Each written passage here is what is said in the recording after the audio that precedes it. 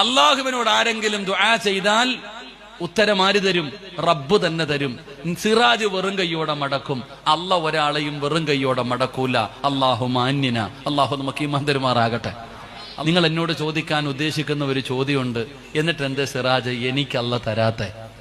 ഞാൻ എത്രയോ കാലം കൊണ്ട് റബ്ബിനോട് ചോദിക്കുന്നു, എനിക്കൊരു വീട് തരാൻ, എന്റെ പ്രയാസം മാറ്റാൻ, എന്റെ രോഗം മാറ്റാൻ, എന്നെ ഒന്ന് രക്ഷപ്പെടുത്താൻ. ഞാൻ അള്ളാഹിനോട് എത്രയോ കാലം കൊണ്ട് ദുആ ചെയ്യുന്നുണ്ട്, പക്ഷെ എനിക്ക് മാത്രം കിട്ടുന്നില്ലല്ലോ.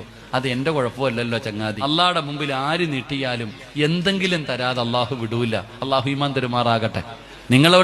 എന്നോട് ആരെങ്കിലും ഒരാൾ സഹായം ചോദിച്ചു, നിങ്ങൾ ചോദിക്കുന്നത് എന്റെ ചെവി കൊണ്ട് കേട്ടാലല്ലേ എനിക്ക് തരാൻ പറ്റൂ.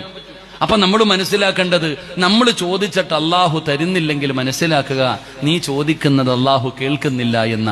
കേൾക്കേണ്ട രീതിയിൽ ചോദിക്ക്. അള്ളാഹു നമുക്ക് ഈമാൻ തരുമാറാകട്ടെ. പ്രിയപ്പെട്ടവരെ, നമ്മളൊക്കെ രാവും പകലും കിടന്ന് ദുആ ചെയ്യുന്നവരാ. സുന്നികളായതുകൊണ്ട് ദുആയ്ക്ക് പിന്നെ കൂടുതലാ. നമ്മൾ ദുആ എപ്പോഴും ദുആയാ.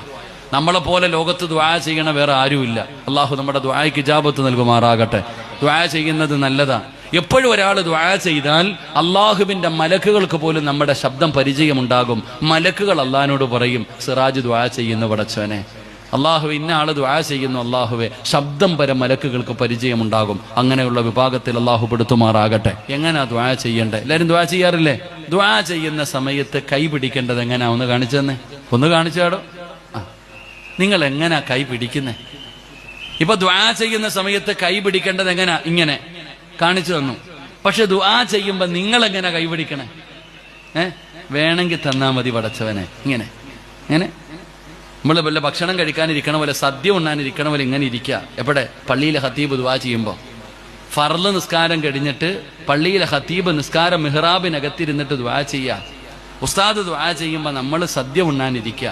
എന്നിട്ട് പടച്ചവനോട് പറയുന്നു, മോഹൻലാൽ ഫാൻസിക്കാരനെ പോലെ, വേണമെങ്കിൽ തന്നാൽ മതി പടച്ചവനെ, തളർത്തിയിട്ടിരിക്കുക. അള്ളാഹു കാത്തിരക്ഷിക്കുമാറാകട്ടെ. ആമീൻ പറയടോ. ഞാൻ ഉള്ളതല്ലേ പറഞ്ഞേ. എടാ, ഒരു മതമില്ലേ, ഒരു മര്യാദയില്ലേ ഏത് കാര്യത്തിന്? അള്ളാഹുടെ മുമ്പിൽ ചോദിക്കണ സമയത്ത് അദബും മര്യാദയോടുകൂടി നേരെ ഇരുന്ന് ചോദിക്കണ്ടേ?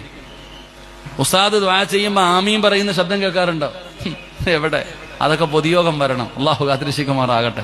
വല്ല ജനറൽ ബോഡിയിലൊക്കെ സിംഹം നിൽക്കണ പോലെ നിൽക്കും ജവാപ്പമാര്. പക്ഷെ വാപ്പ പള്ളിക്കകത്ത് ആമീൻ പറയുന്നത് ഉസ്താദ് ദുആ ചെയ്യുമ്പോൾ ഇങ്ങനെ തൂണി ചാരിയിരിക്കും. അള്ളാഹു കാത്തിരക്ഷിക്കുമാറാകട്ടെ.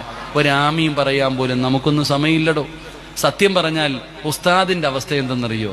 ആ ചങ്ങാതി ചിന്തിക്കാറുണ്ട്, ആർക്കു വേണ്ടിയാ അള്ളാഹ് ഞാനിത് ചെയ്യണേന്ന്.